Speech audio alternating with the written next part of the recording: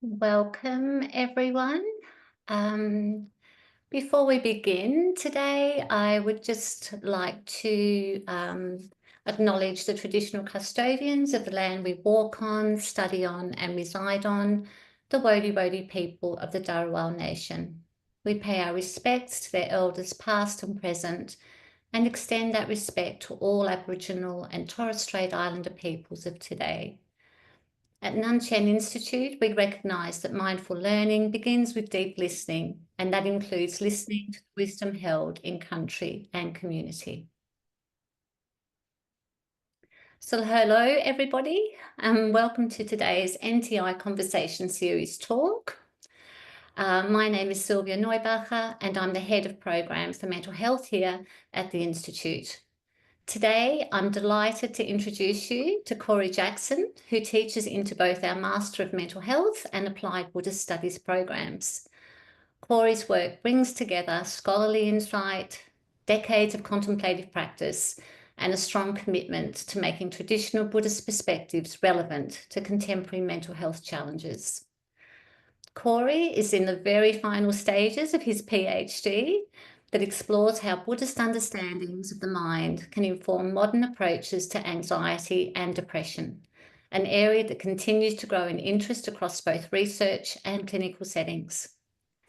In today's talk, Corey will be examining some of the potential mechanisms behind mindfulness and how a deeper understanding of these mechanisms might enhance the treatment and prevention of mental health conditions. I'd also like to let you know that we currently have a limited number of partial scholarships available for students enrolled or commencing in our health and social wellbeing or mental health programs. And these scholarships cover a range of subjects, including several that are focused on mindfulness and contemplative practice. You can find full details on our website. And now, without further delay, I'll hand over to Corey, who will present for about 40 minutes, and then we'll have time for questions and answers. Please pop your questions in the chat. And can I also ask you to mute yourselves to minimize any interference while Corey is presenting? Yes, I'll just hand over to you now, Corey. Great. Thank you. Thanks, Sylvia. So, yeah, just for the record, any students here or potential students, look into the partial scholarships, because that could really help you out to do some great study here at NTN. So I, been asked to come in here and have a look at this combination of using Buddhism, contemplative practices in general, but of course Buddhism specifically from my experience, and combining with science. And actually, these are kind of exciting times in a way that not only is there sort of ongoing interest in this, but there's some outcomes from the work that really are quite exciting. And you sort of almost need to start with a kind of homage, I guess, because there are people at the beginning of this who kind of risked their careers as researchers and professors and so on. I'm thinking people like John Kabat-Zinn and even Richard Davidson and others as well, just in order to get this kind of modern scientific, psych-based interest in meditation and the effects of contemplative practices off the ground. So you almost need to start with this little homage to these people who made it all possible. We do also currently have one of the world's most eminent Buddhist scholars in the Dalai Lama, who is also very interested in science. So we're in this kind of really, like I say, exciting times at the moment where there's people from both sides doing quite a lot of work to try to people often say bridge the gaps, but it's more about finding the common loci, finding the common locus here as to where we can get some sort of momentum and do some good for, well, people in general, really, So there is a sort of ongoing story, I guess, that I always like to think about, in relation to this, to try to get this kind of crossover idea across. And it's here you may well have heard this story, that as a young boy in Lhasa in Tibet, the Dalai Lama found a telescope that had been some gift from, I think, the British or some foreign country, and he went onto the top of the Potala in the this big palace, this big building in Lhasa, and he started looking at the moon. And what he discovered is that there were shadows moving on the moon, which was contrary to their current belief. Just like in ancient Indian texts and also in Tibet, there was this idea the moon was self-illuminating. So he called up his tutors and he got them to look for, look through and see. It's a big discovery, especially from a 16-year-old kid. So you have this sort of interest from his side right from the get-go. And if you're it's a great story, but there's a danger of kind of treating it as a kind of cute story of a slightly backward culture who stumbled across some modern technology and made some discoveries, In actual fact, at that time, and up till now, for that matter, these monastic institutions and so on, they really they were sitting on, if you like, some of the most extraordinary and sophisticated contemplative technologies and theories, discoveries and understandings that had come down to them for thousands of years, in order to examine and understand mental processes and examine and understand the mind, what creates suffering, what creates happiness, and so on. And I think it's, when we look at this story, we think, oh, there's, this cute story of, like I say, these people using modern technology, but then we gloss over the fact that actually, as Westerners, we often don't take into account the incredible technology and understanding that these cultures were and are sitting on. It's part of their very makeup,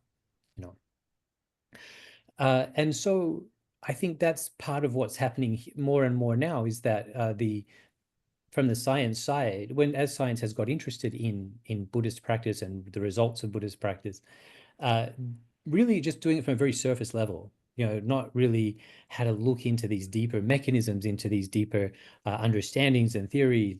Technology is the word I like to use, and try to bring that to the fore. And that's the sort of, I guess, the second stage of this contemplative science revolution that I'm really happy to kind of jump on the bandwagon, because there's people certainly gone before me. So what I'm going to do in order to sort of get this topic across, how we would combine these two, perhaps the simplest way is just to run through how I, the work I've done and how I got here, and then maybe we can open it up for a broader discussion later. But I come back to me, a few years ago when I came back from India. I'd lived there for some time. I did a degree at Sydney University, and actually I went and did a Sanskrit degree, but I realized I could get a psychology degree while I was there, so I did that.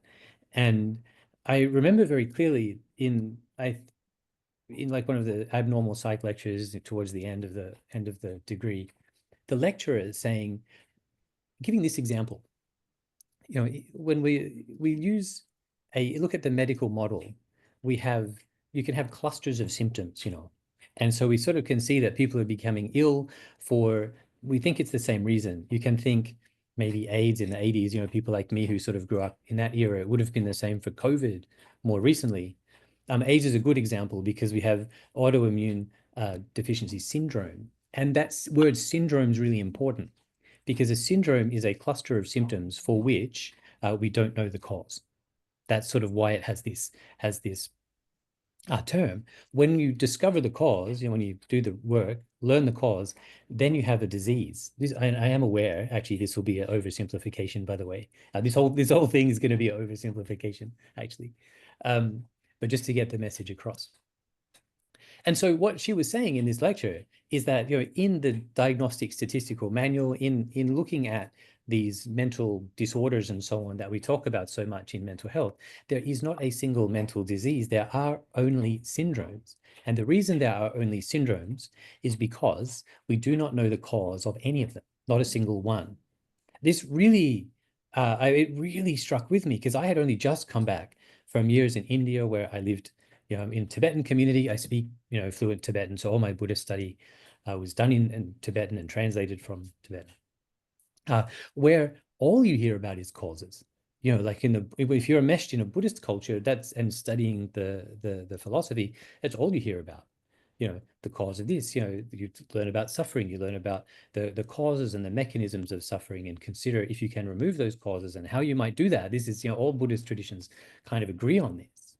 And so to hear this, in the final year of a degree in psychology at Sydney Uni, really surprised me. I'm like, yeah, okay, that's the situation that we're in. Yeah. So one of the things that Buddhism does is it learns, you learn about mechanisms that cause suffering and how you would interfere with them. This is one of the ways you can think about it. And there's technology, there's understanding to help you do that. In fact, it's one of the, how to say, it's one of the most astonishing parts of Buddhism really is this that the it's about this sort of incredible optimism of Buddhism, which is that if you can just remove these causes that are getting in your way, that's this idea of enlightenment, liberation from suffering, and so on. Sometimes all the talk of suffering, people who don't understand Buddhism think it's pessimistic, but it's only because they don't understand that actually the incredible optimism of all you need to do is remove these mechanisms that are getting in your way. Anyway, so I went on. I did the degree in the psych degree and whatever, and some time in the future, I found myself in a PhD. I often joke I was kind of tricked into doing this PhD, and I was given free rein. It's like, okay, you know this stuff about psychology, you know this stuff about Buddhism and meditation. Go come back and see what you want. So I went, what you want to do, and I went looking through the literature, of course, reading up on mindfulness research and other type, all these sorts of contemplative science, and came across these sort of gaps in the literature, and time again, the reviews of the mindfulness literature would mention that the mechanisms of effect. So we often a mindfulness-based intervention will reduce something. Anxiety, depression is what I focused on, but we reduce, say, anxiety and depression. But there's very little research into the mechanisms as to why it happens. And it's a big hole in the literature for a lot of reasons. It causes a lot of problems really when you're trying to refine your interventions or make them more effective and so on. So I thought, oh well, this is cool because from a Buddhist perspective, I have lots of ideas about that. Some of those ideas I can probably put in psychology sort of terminology, and so let's start here. And again, I just say again, one of the reasons we're here is because there hasn't been enough interest from the contemplative side, from the science side, in these sort of deeper understandings of Buddhism. And finally, I got to say that I sound a bit critical of the psych side, which is unfair, because I think it's the responsibility of the contemplatives. And I've heard Robert Thurman and John Donne and even Alan Wallace say this, that what we need is contemplatively trained people in the sciences, to bring that information through. So it's, as someone who's sort of more on the contemplative side of the contemplative science, I feel that it's our responsibility to bring this understanding and this sort of technology, if you like, to bring it up to the scientific field for proper empirical investigation, which is, what some of us are doing. Okay. I just want to shoulder some responsibility for that, Okay. So, of course, if you're going to do that, you can't get up in front of a bunch of psychologists or researchers and talk about karma and afflictions and liberation from suffering and these things that you can in a Buddhist setting. So we need to couch it in their terms. And this is what I went about doing. And so I'm just going to walk you through a small part of the of my last few years of doing this PhD. Okay, so here we go. As I mentioned, there's some big issues in the reviews of the literature. One is the lack of clear pedagogy and terminology. People don't always explain what it is they're doing, how they're doing it. Sometimes not even the dosage. You don't know if you're reading a paper if someone's done had an hour-long mindfulness class or they've done a 3-month retreat. You don't know. So this is the big one we're going to look into, of course, mechanisms. And often there are, mindfulness-based interventions, including ones that I run, there are other sort of components. There is psychoeducation components, or there's kindness, compassion training, and so on that aren't directly mindfulness training. And we don't often control for those. So these are some of the big issues that really struck me as I read through, and some of the things we addressed in the research. So let's look at the first one, unclear pedagogy terminology. Very easy to take care of from my perspective, because the intervention that I used, it's called Cultivating Emotional Balance. This particular intervention uses terminology, pedagogy, just lifted straight out of the Indo-Tibetan tradition. So no worries there. All that's very clear. They're very precise in their terminology. And I'm just giving you some examples here. Like I say, I'm just going to give a bit of a crash course, in what I've been up to, I guess. So for example, here's a definition that we use from a Sangha who wrote, it's from a text called Shrabaka Blooming, which is a big part of the Indo-Tibetan tradition. They define mindfulness like this: non-forgetfulness of the mind in relation to a familiar object having the function of non-distraction. What you'll know, I don't want to get too involved in what is there. I'm more interested in what's not, because most of the time in psych-based sort of interventions and discussions, you'll hear this discussion of moment-to-moment, non-judgmental awareness and these sort of things, which is fine. But these are sort of inventions of the past 50 or 60 years. These aren't necessarily coming from, these thousands of years of tradition. Here's one. Likewise with the pedagogy, the way we're teaching mindfulness traditionally, and again, just keep in mind, my training is all Indo-Tibetan. Within the Buddhist tradition, there are other approaches. I'm aware of this, and they are not my field, so I'm really aware of this. But we talk about there are two main aspects of mindfulness training. One is this sort of heavy lifting, the mindfulness training, which tries to place your attention on an object, maybe the movement of the body as you breathe, for example, and keep it there. But there's a second element that you explicitly train in called introspection. Yeah. And what it basically is a monitoring of that attention, monitoring of the state of your body and mind, is how Shantideva sort of described it in the 8th century in his text, The Guide to the Bodhisattva's Way of Life. And so that sort of helps you maintain your mindfulness, and more importantly, it helps you notice when it's off track. When you lose target and start writing a shopping list, or planning revenge on your neighbor or something in a meditation session, then it's this introspection skill that comes in and lets you know, it alerts you, hey, you're off track, get back on track, like this. So that's really important, because again, in the modern popularized versions of mindfulness, that's often left out, this introspection skill. It's all about just mindfulness and so on. So that's what we have. I'm going to dig a little deeper into this mechanisms now. And yeah, someone's dropped in, Sykes are quoting that definition from John Kabat-Zinn, and that is true. He floated that as an operational definition. He never meant it to be as concrete as it is, and has his own doubts about it, actually. So yeah, that's where it came from. But okay, so here's kind of what I've been up to, So I've decided we need to be able to come up with some mechanisms, and it needs to be, we need to be able to talk the language of the people who are reading the paper, who are psychologists, of course, researchers and so on, academics. So I chose these three: rumination, mind wandering, worry. These are three things come up time and time again in relation to anxiety and depression, which is what I was looking at. Also things I have some experience with of my own, and seem to lend themselves well to mindfulness training. So here we go. We know overall mindfulness training seems to reduce symptomology in general, right? This is broadly true. And again, we're talking anxiety, depression here is for me, but others as well. We also know that rumination contributes to the symptomology. So perhaps it's this simple. Maybe mindfulness drives down rumination, which drives to, here's a mechanism, But if you dig a little deeper into this literature on rumination, you'll find actually in some really cool work, some very clever work, there's two types, right? Reflective and brooding. And only one of those types is really strongly related to the symptomology, which is this brooding. So you end up with, and it's a bit of an oversimplification. It's okay though. What you end up with is these sort of adaptive and maladaptive types of rumination. Okay. And so here's a possible theory. Maybe the mindfulness training sort of mediates between these, pushes you from the less adaptive to the more adaptive, which in turn drives down the flow-on effect, anxiety and depression. Maybe that's okay. I can test for this, Mind wandering, of course, if you're looking into meditation and you've had some meditation experience, hard not to be interested in mind wandering. Same sort of idea here.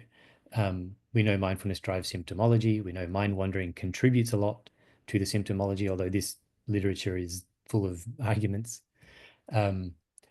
So maybe it's this simple, but it's not, because again, clever work by different people, mind wandering divides into two types, more and less maladaptive, if you like.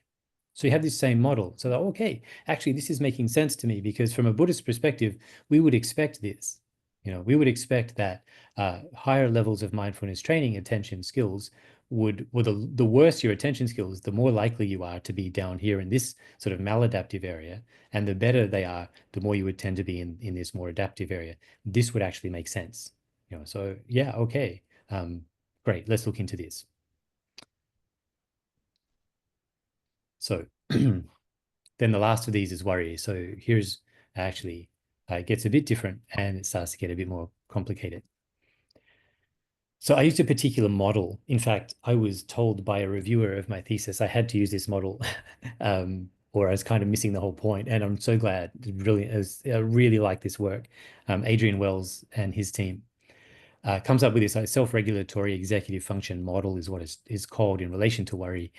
You find it mostly talked about anxiety, but it's equally as relevant for depression and others. It's a very, very hello, very, very transdiagnostic model. Uh, and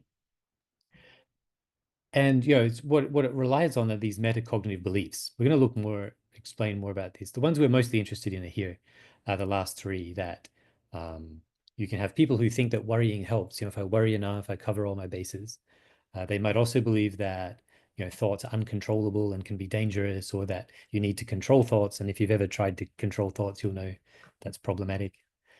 So you've got these areas here, these metacognitive beliefs. And if you're high in these beliefs, you will tend to create more and more worry, which of course leads over here. So there's a model here, well-established model actually already. Okay. So this is where I'm at the time, walking through, looking at ways to talk, to look for mechanisms by which mindfulness has these effects. So I'll just take a little break and just like an aside and just think this through, like look at it, this metacognitive theory just for a moment. If you want to look historically, when we're talking about mental health, mental illness, it's sort of, you could say it works like this. At some point, people notice clusters of symptoms. I already mentioned that. At some point, a little further along the line, behaviorists and so on said, it looks like there's these behaviors that lead to here. Yeah, that's good. That's insightful. Really, the rubber hits the road here in the sort of cognitive revolution, and we come up with cognitive behavioral therapy, and which sort of says, you don't have to worry about addressing symptoms directly so much. Don't even have to worry so much about the behavior.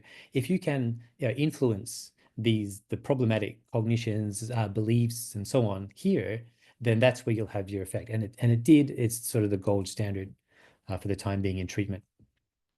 However, there is another that's I just like to give a shout out to, because I think it needs more interest, which is called metacognitive therapy, which is from this same group I mentioned earlier. And in fact, it's a similar thing. They agree you don't really need to worry about symptoms. They agree, let's not get too caught up in the behaviors. They'll say you don't even need to worry about these sort of cognitions and things. What we're interested in really is, what do you believe about your cognitions? What are your metacognitive beliefs? It's a fascinating sort of way of thinking. And in comparisons, in the only very few comparisons have been done with cognitive behavioral therapy, it's more effective, and it works for, it's not treatment, it's not sort of symptom specific. So while you have CBT for anxiety, CBT for depression, and so on, it's not the case with metacognitive therapy. It tends to work across the board. It really is a step towards this transdiagnostic model. Yeah. So that's the sort of information I came across and decided to use. So the way this system operates is they actually just kind of lump this together, the cognitions and the behaviors, in what's called the CAS, the cognitive attentional syndrome. We don't, like I say, I'm just running through this fairly quickly to give you an idea of where we can go with this. And so it looks a bit like this: metacognitive beliefs, they can drive worry, rumination, avoidance, these sorts of things, which lead on to anxiety behaviors. Well-established model. There's been a lot of research into this for some decades now.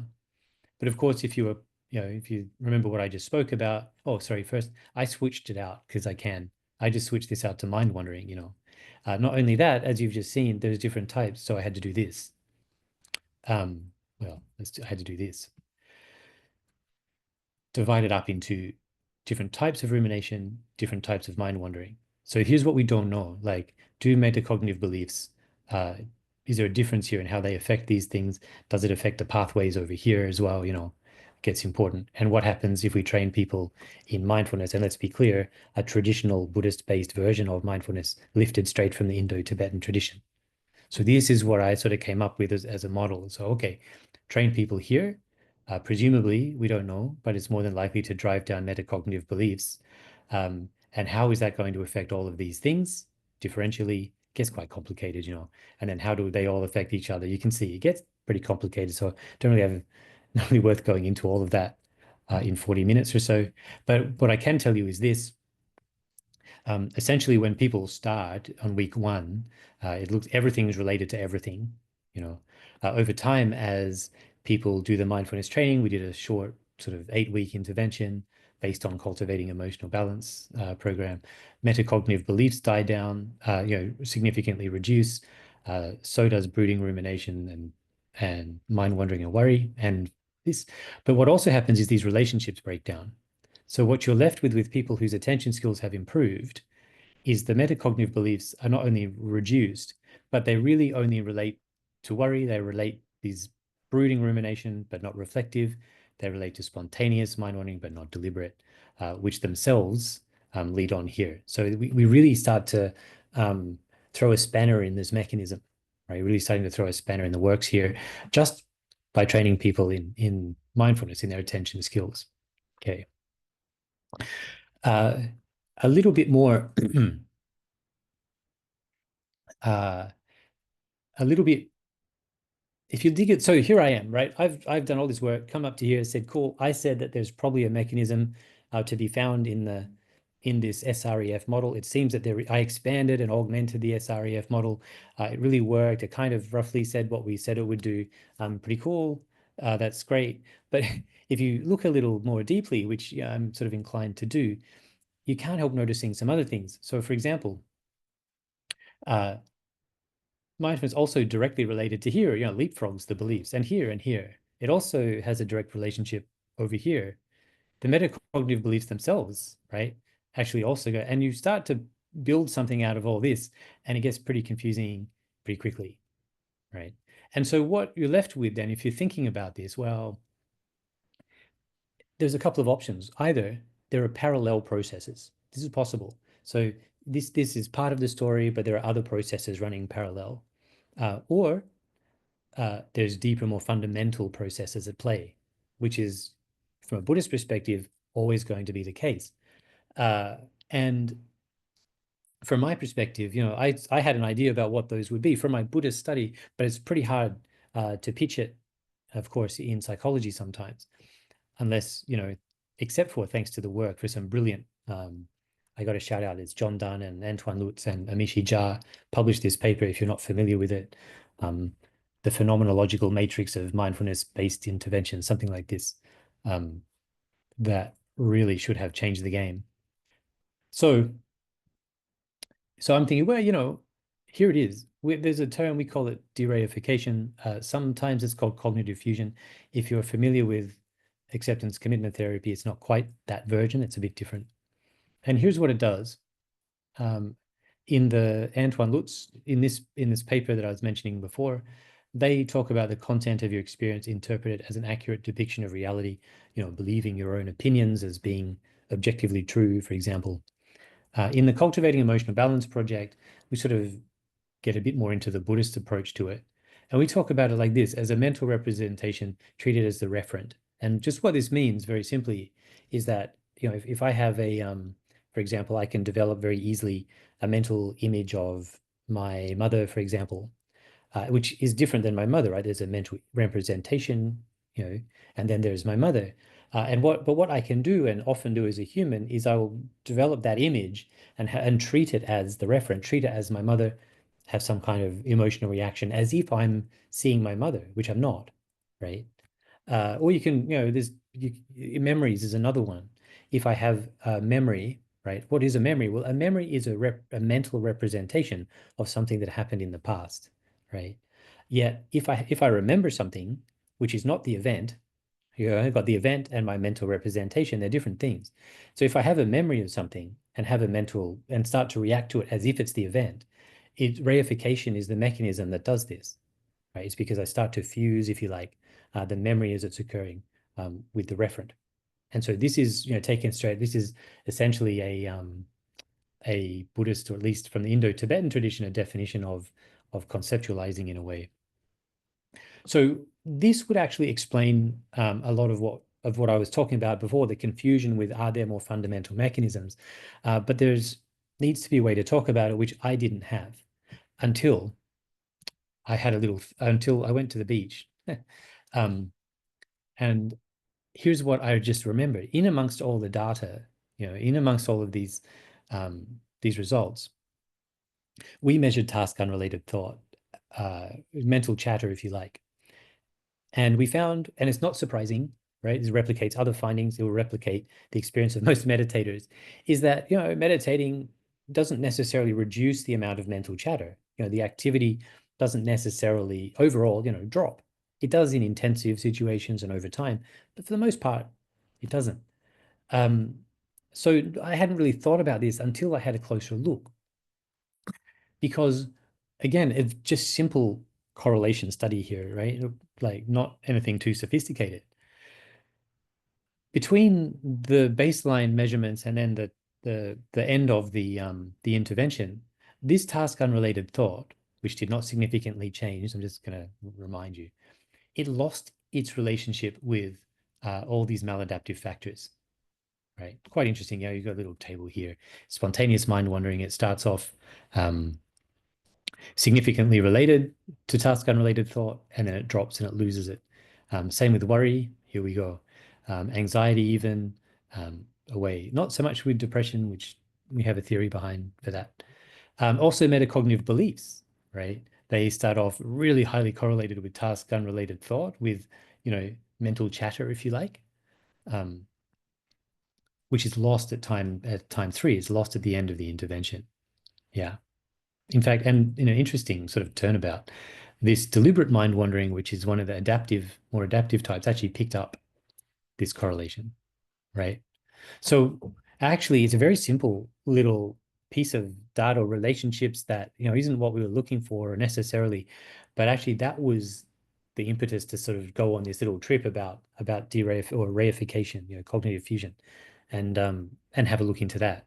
So what we basically have out of this, if I'm to sort of sum up where we've come through all this, is that we looked into try to find some kind of mechanisms about that's driving these symptom reductions for mindfulness-based interventions.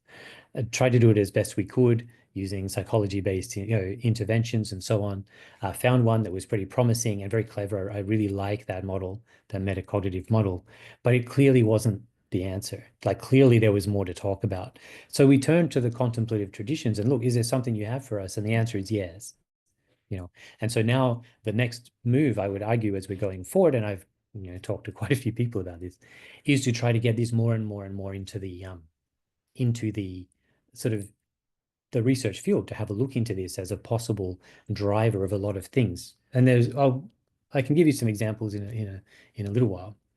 As to where you might go with this and why it might be useful, but from, of course, a Buddhist perspective, it's especially interesting because that reification of a sense of self, the reification of me being here, for example, the thought that I'm here isn't such an issue. The reification of the thought that I am intrinsically here is actually the root of all suffering from a Buddhist perspective. It gets a lot of airplay in Buddhism, this mechanism, usually in relation to the self. But we can take that out and start applying it to memories in relation to post-traumatic stress, for example, worries and so on in relation to phobias and because we call them erroneous metacognitive, like different cognitions that we make mistakes about, that we're mistaken about, that drive worry or drive rumination and so on. And that actually, when we're looking at how we might, firstly, we're looking at this maybe fundamental driver of not only mindfulness effects, but also some, really having a big play in a lot of mental illnesses themselves. Where would we turn to address that? Well, maybe we could turn to contemplative technology. We could turn to meditative practices taken straight from the Buddhist tradition that are very literally designed to undermine reification. Is that actually what they're essentially for? And so with that in mind, maybe we can start to look into this, some contemplative technology, contemplative understanding to try to help us overcome very real 21st century problems for which psychology has very, very sophisticated treatments. I'm not bagging the treatments for, anxiety, depression, and all these different mental disorders.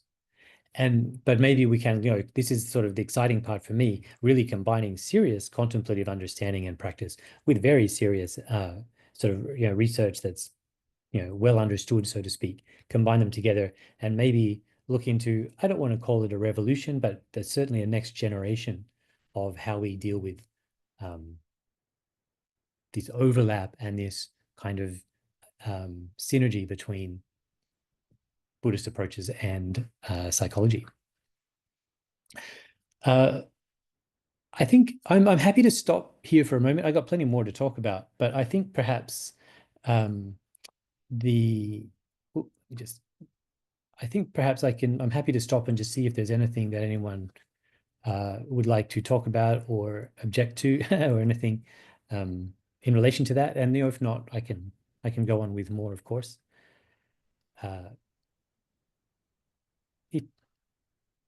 How are you doing out there?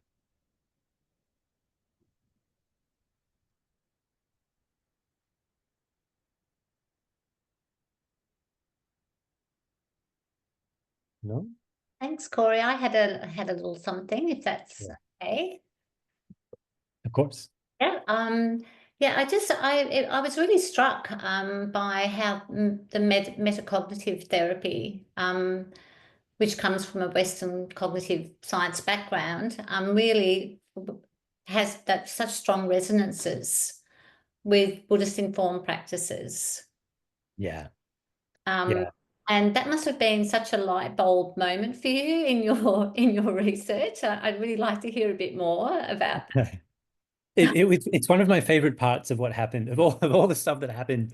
I wrote a confirmation document and I sent it off, and a clinical psychologist at the uni reviewed it and got back and said, really interesting, but you need, if you're going to talk about worry, you need to know this model. I was annoyed, right? Because I already decided what I was going to do. And I read it, I couldn't believe it, because if you're a Buddhist and you've done some study and someone says, hey, your ideas about thinking, anything in that mental domain is causing all these external issues, you have to sit up and take notice.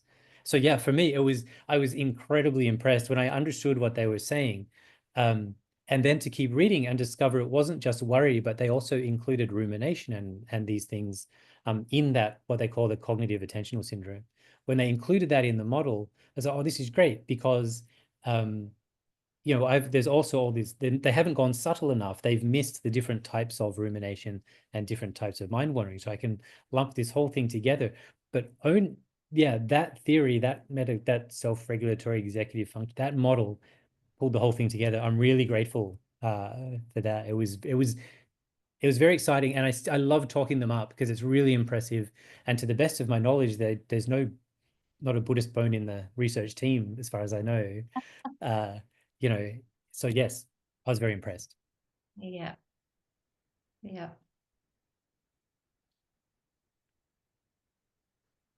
Any other questions or comments at this point? Otherwise, Corey might like to.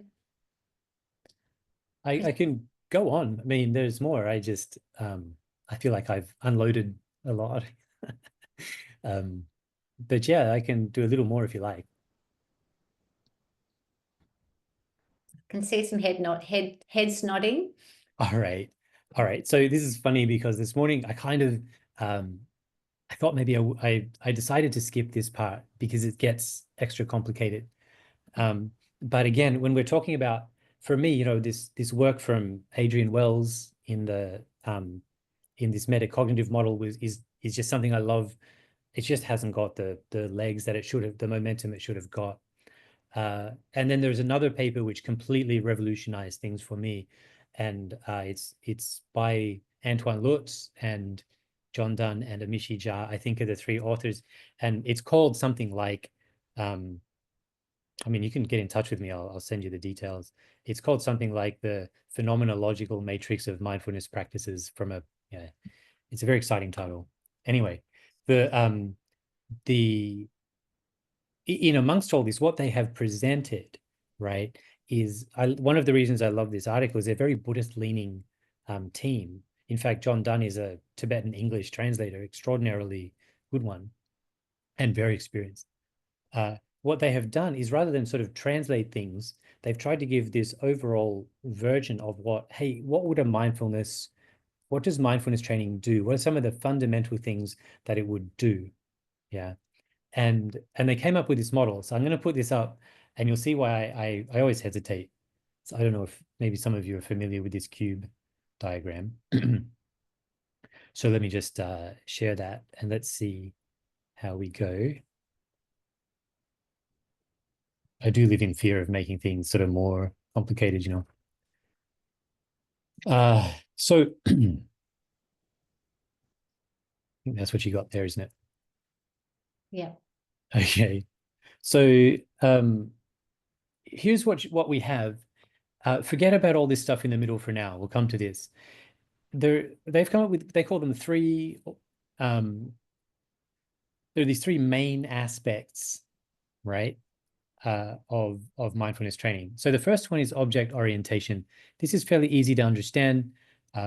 If you are, let's for example, trying to attend to the movement of the body, you know, like a breath, body focused mindfulness or breathing practice, then what we call a focused attention practice.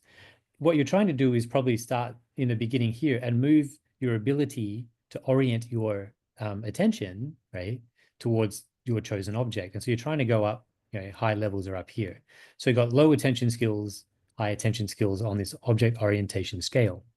Okay. Then you've got this other area here called meta-awareness. I spoke about, it's a similar thing to the introspection I spoke about earlier, right?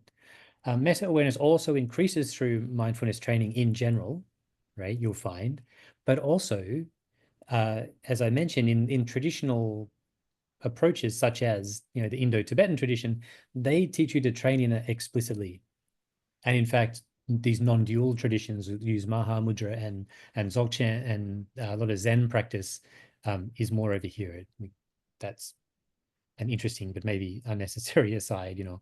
So you've got these two. So object orientation, cool. I can orient my my attention more and more to places that, you know, I want to, that I choose. I'm more and more aware of my internal states. That's what this axis is. And then they have this axis here of de-reification, right? So, and they've done it in the negative. So you have to remember, it means that the front is highly reified mental phenomena, and in the back is unreified. So I hope that's okay. I'll put the chat up, so I'll monitor that in case I don't know. So, for example, so let's have a look at this mind wandering. And again, they've done the same thing, which is not quite a pet peeve of mine, but it is this sort of, I think we're missing the point. They've just given mind wandering one global construct rather than divide it into subtypes, you know? Okay. And they've put it here. I like this. Sort of medium object orientation, you know, your mind wanders off, you know, you kind of, you know, it's just wandering, you know what's going on, but maybe not so, you know, lucid or aware of it. It's got very high reification. So often when the mind wanders, say my mind wanders to something work I have to complete tomorrow, you know, and that reification will really start to get me worried and stressed about it, you know. And low meta awareness. So I'm really focused on, in fact, it's a good example. Why don't I use it? Let's say I have work to complete before tomorrow, which I do. And so my mind kind of just wanders off towards it. And so it's fairly focused on that. It's kind of an endogenous system. It's like, it's not focused under my control. I'm not really aware that that's happening, you know, like I'm really caught up in this worry, in this thing about, so really caught up in this thing I have to finish by tomorrow. And it's highly reified, which means I'm going to sort of start to live it as if that stress is happening right now. Yeah, so you got this mind wandering here. Rumination they've put here, same thing. Could have rather, there's just a global construct, so that's okay for now. Same thing, fairly reasonable. If let's say I'm remembering something annoying that someone said to me, a couple of weeks ago, is ruminating about it, then the object orientation will be okay, be reasonable. It'll be here. It'll also be, I won't know so much that it's happening. And really for our purposes, the reification will be quite high. This is so you can look. Addictive craving is a good example, really highly focused, really unaware in terms of the meta-awareness, highly reified. But I played around with this last night.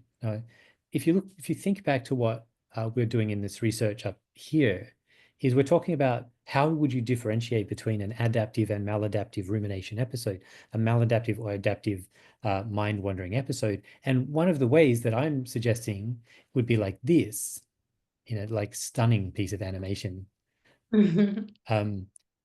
Here's one way that actually the mind wandering itself shifts, it becomes de-reified, right? Same again, I should really say it this way, the spontaneous maladaptive mind wandering becomes de-reified and changes to a more what we call deliberate adaptive type. Same with rumination.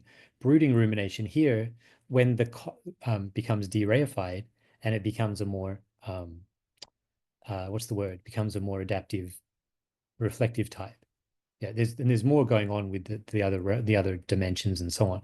But this is one of the sort of ways that this paper came up with, trying to explain, well, how can we talk about how let's just say how mindfulness training should affect cognitive processes. Well, here's one. It's complicated to look at it first, and of course, it's more complicated actually.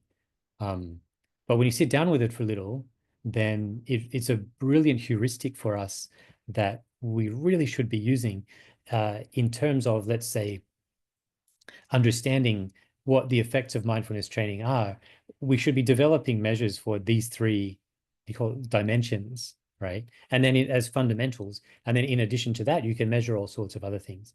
But this would be a really important next step. It's kind of what the discussion we're having up here right now is, how to do exactly this, is to and I guess what in amongst all this, what I haven't perhaps really got across, which is partly a research idea, so that this idea research is out there, but also from Buddhist perspective. When you think about what we've just talked about in terms of reification, what gets important is in a rumination episode, right? So rumination very strongly linked to depression and anxiety, it turns out, but depression, people tend to think about it like this. The rumination episode, so here we go already. The content of the rumination isn't the issue, right? And there's research into this. In fact, the valence of a mind-wandering episode, is a negative or versus positive content lead to lead to negative outcomes and rumination and so on? And the answer is yes, but again, it's not the end answer, right? Because we would make an argument and say it's not actually the content of a rumination episode that makes it effective, it's the degree of reification, right? So if I'm remembering something that's happened to me in the past, if I treat it as a memory, right, it's actually not so harmful. If I reify it and treat it as the event, which is very easy to do, right, then I start to be emotionally set off as if I was experiencing the event. And so it's not the content isn't what does that.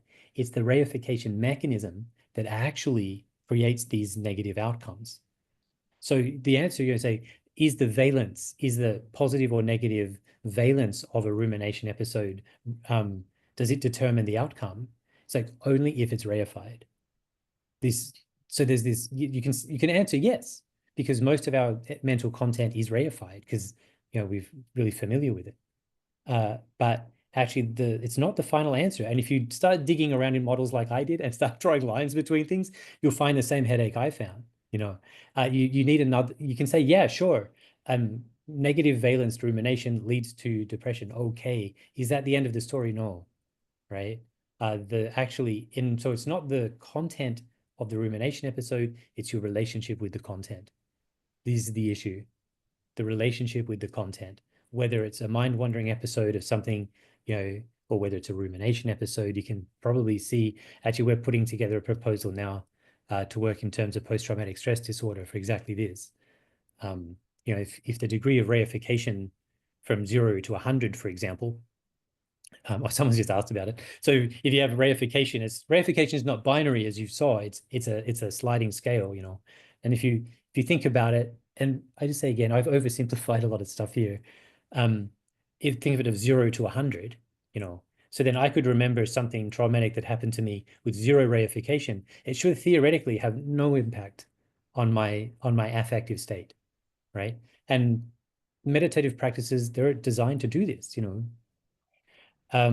Sorry, Corey, can I we've got a couple of questions and I'm aware that we're starting to get tighter on time. So do you mind me interrupting you? No, of course, I like interruptions. I think you may have already partially answered one of them. Rosario has just commented, in the result, there is significant correlation with mind wandering. What is your reflection on this? Which I think you may have just answered in a way in terms of reification.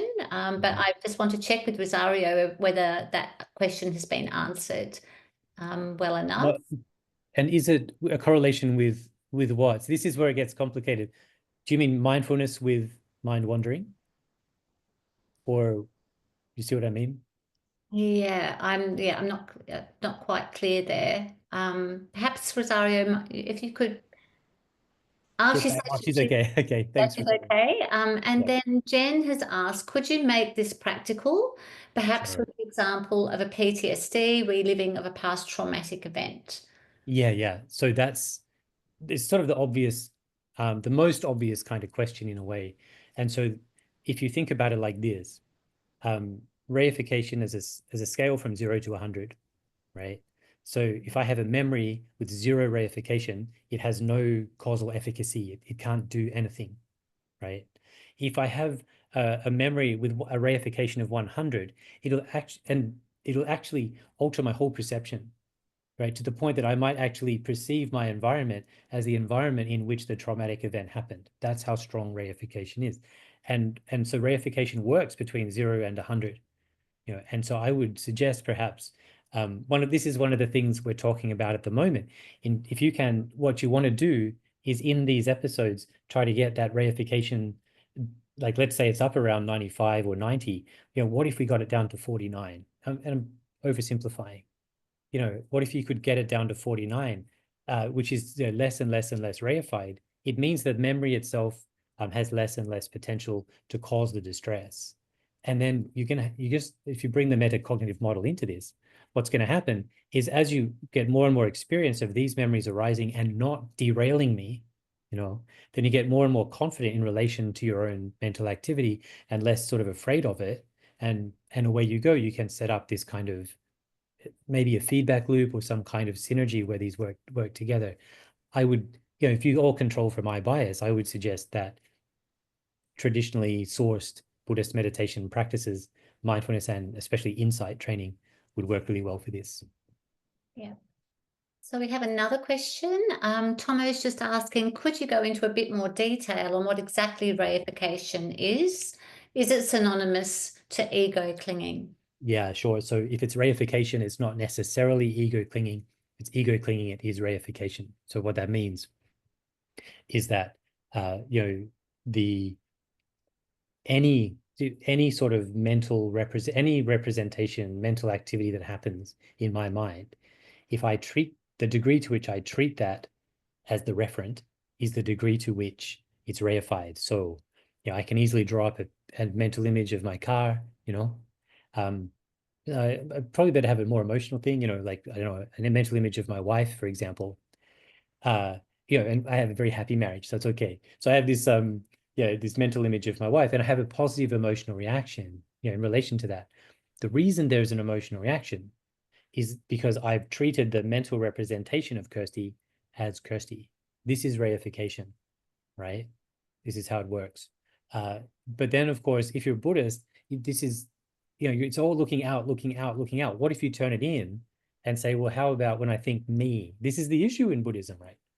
The second I think I'm here and you're there, you know, you reify that idea that I'm this, you know, self-substantial, self-existing, you know, person, like over here. That's reification too, and it's reification in sense of my own self-identity. And away you go. The fundamental root cause of all suffering, if you're a Buddhist.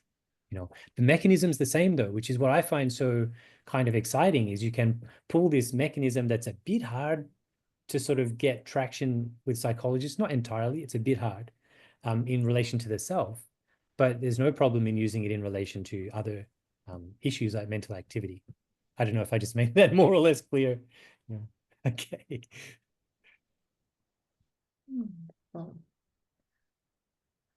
Okay, are there any other questions?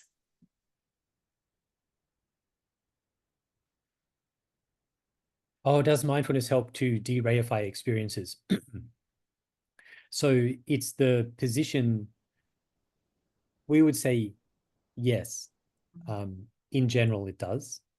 There are some caveats to that. And one of the reasons that this research team came up with that cube diagram is they were saying, well, if you're going to have, if you're going to research mindfulness, we need to all agree on some things to talk about. So reification is one. So mindfulness training should de-reify. So there's really important caveats to this. Firstly, different techniques will do it differently and to different effect. I would argue, and again, another research project I have, that if you use a traditional Buddhist version that uses introspection and mindfulness, that would work better than a more popularized version. There's one. And the other part that I think is really important, there's a lot of work going on. Willoughby, Britain, I know Nicholas Van Dam down in Melbourne and some others are looking into this adverse effects of meditation. It's really great work. It's really important work. I would suggest that reification is, again, the problem. So what might happen for some people is they do some mindfulness training, and it has the opposite effect. Rather than relaxing and being distanced from it, like they make space for all this disturbing stuff to come up and reify it, and you have these negative outcomes. So I would actually suggest that that for some people trying to meditate is going to have these difficult outcomes. And once again, and I sound like a broken record, reification is probably the fundamental reason behind it.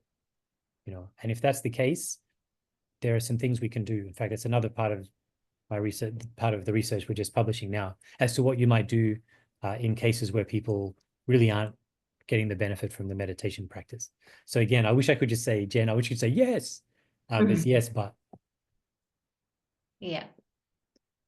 Wonderful. Well, that brings us, I think, probably to the end. Maybe time for one more very quick question, if there is one.